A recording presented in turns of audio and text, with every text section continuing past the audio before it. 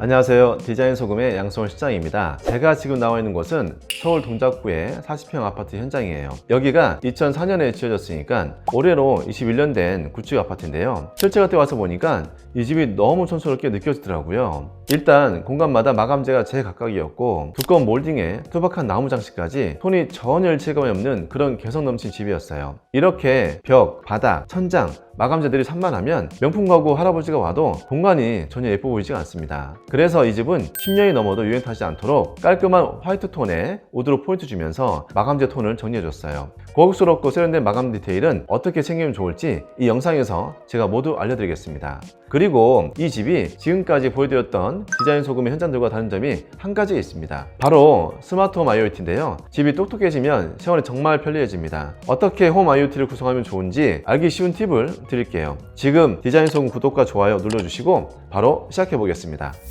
현관은 우리 집의 분위기를 예고편처럼 보여주는 공간이에요. 당연히 깔끔하고 정돈되어 있어야 웰컴 공간으로서 늘 기분 좋게 들어올 수 있겠죠. 예전 현관은 파란색 삼연동 중문에 녹색빛 벽마감, 석가래 같은 천장, 올드하고 무거워 보이는 현관문까지 각기 다른 마감재들이 총 집합해 있었어요. 너무나 색이 많고 촌스러워서 지저분해 보이는 그런 현관이었습니다. 그래서 현관의 톤을 심플하게 바꾸는 게 최우선이었어요. 여기는 따뜻한 느낌의 한솔 콘크리트 화이트 필름을 적용했는데요. 이렇게 가구재와 벽지 필름이 동일하게 나오는 모델을 사용하시면 통일감 있게 마감할 수 있습니다. 바닥은 1200에 1200 대형 타일을 사용해서 매지 라인을 최소화했고 신발장은 꽉 채우면 답답하니까 하부를 띄우면서 간접 조명을 넣고 중간에 오픈 수납을 만들어서 개방감을 주었습니다. 이 오픈 수납은 포인트가 되도록 한솔 칼프 브라운을 적용했어요. 콘크리트 화이트와 무난하게 잘 어울리는 웜톤 조합입니다. 신발장 간접 조명은 어떤 색으로 하는 게 좋나요?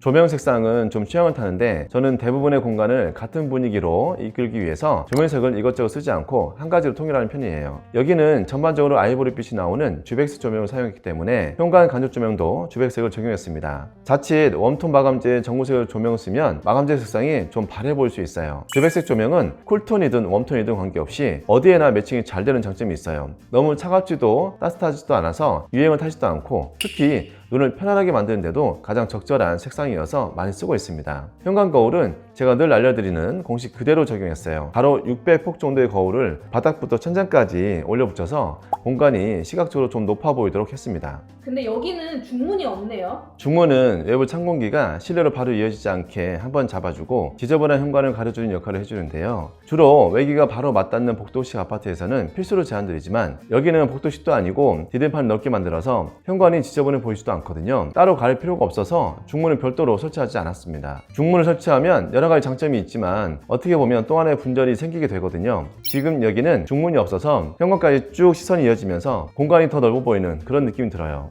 현관에서 실내로 들어오면 안방 콘솔 벽면까지 길이 7m의 복도 공간이 나옵니다. 복도에서는 이 집을 고급스럽게 만들어주는 두 가지 디자인 포인트를 짚어보려고 해요. 바로 우물천장과 유리 장식장입니다. 거실 우물 천장이 복도 쪽으로 더 치우쳐 있죠. 우물 천장 득박스 간접 조명을 이용해서 마치 라인 조명처럼 빛이 쭉 이어지도록 설계했습니다. 이렇게 하면 복도가 더욱 길어 보이기 때문에 공간이 더 확장되어 보이는 장점이 있어요. 단 이렇게 우물 천장을 뺄 때는 몰딩 디테일이 중요한데요. 일반 간접등처럼 턱을 직각으로 올리면 촌스러워질 수 있어요. 여기는 지난번 파크류 현장에서 한번 보여드렸던 마이너스 시스템 몰딩을 적용해서 날렵하고 깔끔하게 보이게 마감했습니다. 간접 조명의 빛은 천장을 향하게 구성했는데요. 복도에 간접 조명을 충분히 넣으면 따로 매입등을 추가하지 않아도 눈이 편안한 정도의 조도가 나오기 때문에 간접등을 많이 기획해 주시면 좋아요. 단 주의할 점은 바닥이나 책상에 앉아서 뭔가 집중해야 하는 장소라면 매입 조명이 꼭 필요합니다. 간접 조명은 바닥까지 조도가 내려오지 않기 때문에 눈이 침침하게 느껴질 수 있어요. 복도에서 꼭 빠지지 않는 아이템, 발목등도 현관 들어오자마자 입구방 꺾이는 지점에 하나, 안방에서 거실 진입하는 모서리에 하나, 이렇게 두 개를 넣어드렸어요. 밤에는 발목등만 켜줘도 편리하게 지나갈 수 있습니다. 두 번째 고급스러운 포인트는 주방 진입부에 있는 유리장 장식이에요. 이렇게 유리 장식장을 쓸 때도 몇 가지 디테일이 있습니다. 첫 번째는 유리도어의 색상이에요. 유리 컬러가 투명, 그레이, 브론즈, 흑경,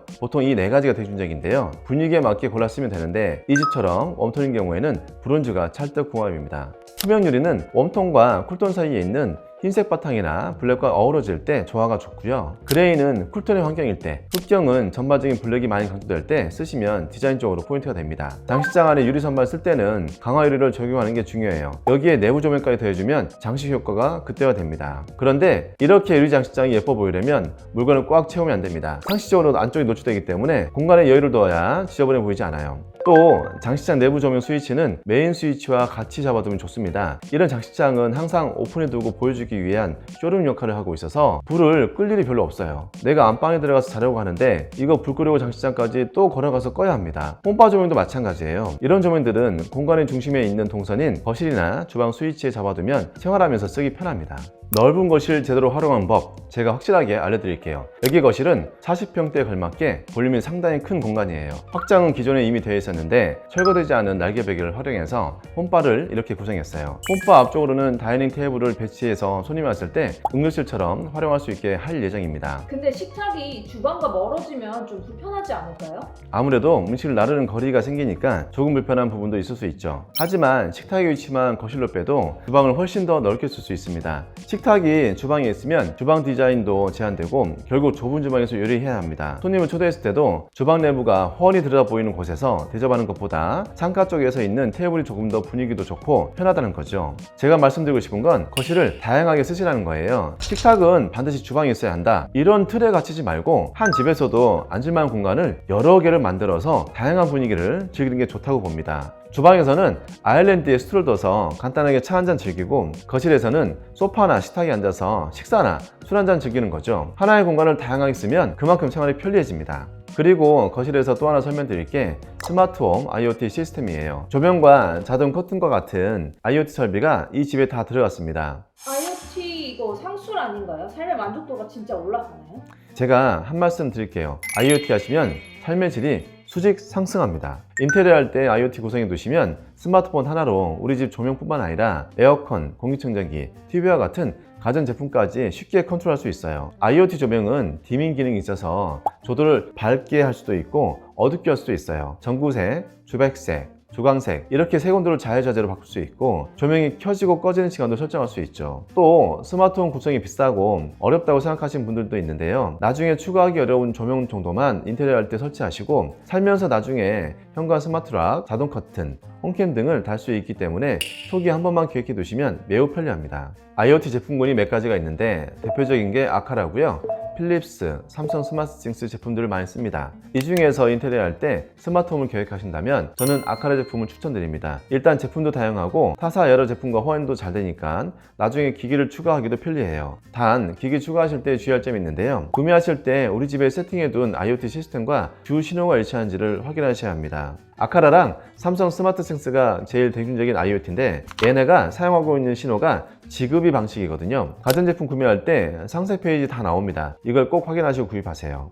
여기 바닥은 동화 자연마루에 600, 1200가 타일형 강마루예요. 이렇게 큰 타일형 강마루를 시공할 때는 바닥면을 꼼꼼하게 샌딩해서 평활도를 잘 맞춰줘야 마감이 잘 나옵니다. TV월은 현관에서 봤던 한솔 콘크리트 화이트 필름으로 깔끔하게 정리했고요. TV는 완전 미립을 시공해서 면이 1대1로 떨어질 수 있게끔 했습니다. 하단에는 우퍼 스피커와 게임기를 올릴 수 있게끔 공간을 이렇게 띄워서 은은한 간접 조명을 넣어 주었어요. 커튼박스와 홈바 오픈 수납 공간, 그리고 우물천장 안쪽까지 간접 조명을 풍부하게 적용해서 눈이 필요하지 않은 편안한 분위기를 완성했습니다.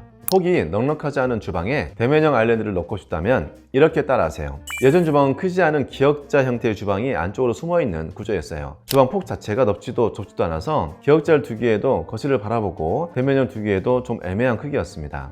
또 주방 입구 천장 쪽에 턱이 내려와 있어서 주방이 좀 답답해 보였어요. 냉장고 위치도 전면을 바라보게 배치하면 좋은데 창가 쪽에 키클장을 넣을 수 없다 보니 측면으로 나와 있는 구조예요. 그래서 일자형 메인 주방에 아일랜드를 더해서 11자형 주방으로 구성했어요. 식탁을 넣는 대신 아일랜드를 세로로 배열해서 최대한 조리대 공간을 넓혀줬습니다. 아일랜드 폭은 950, 길이는 3400 정도 되는데요. 아일랜드 위에는 보조 싱크볼을 두어서 식자재나 컵 같은 걸 간단히 낄 수 있게 했고요. 필요할 때는 커버를 덮어서 조리대로 더 쓸 수 있게 디테일도 신경 썼습니다. 싱크볼 구입하실 때 이렇게 상판 자재로 덮개를 만들어 달라고 요청하시면 활용도가 굉장히 높습니다. 디자인 소금은 따로 요청하지 않으셔도 해드립니다. 근데 아일랜드를 세로로 둬도 괜찮은 건가요? 아일랜드를 세로로 두면 동선이 오히려 더 편리해집니다. 순환형 동선이 형성되기 때문에 아이부터 어르신까지 누구나 편리하게 쓸 수 있는 주방이 되는 거죠. 이 아일랜드 양쪽으로 마주보고 앉을 수 있게 바 테이블을 구성했어요. 단 이렇게 할 때 주의사항은 무릎이 들어가는 깊이는 250 정도 확보해줘야 편하게 쓸 수 있습니다. 주방 상판 자재는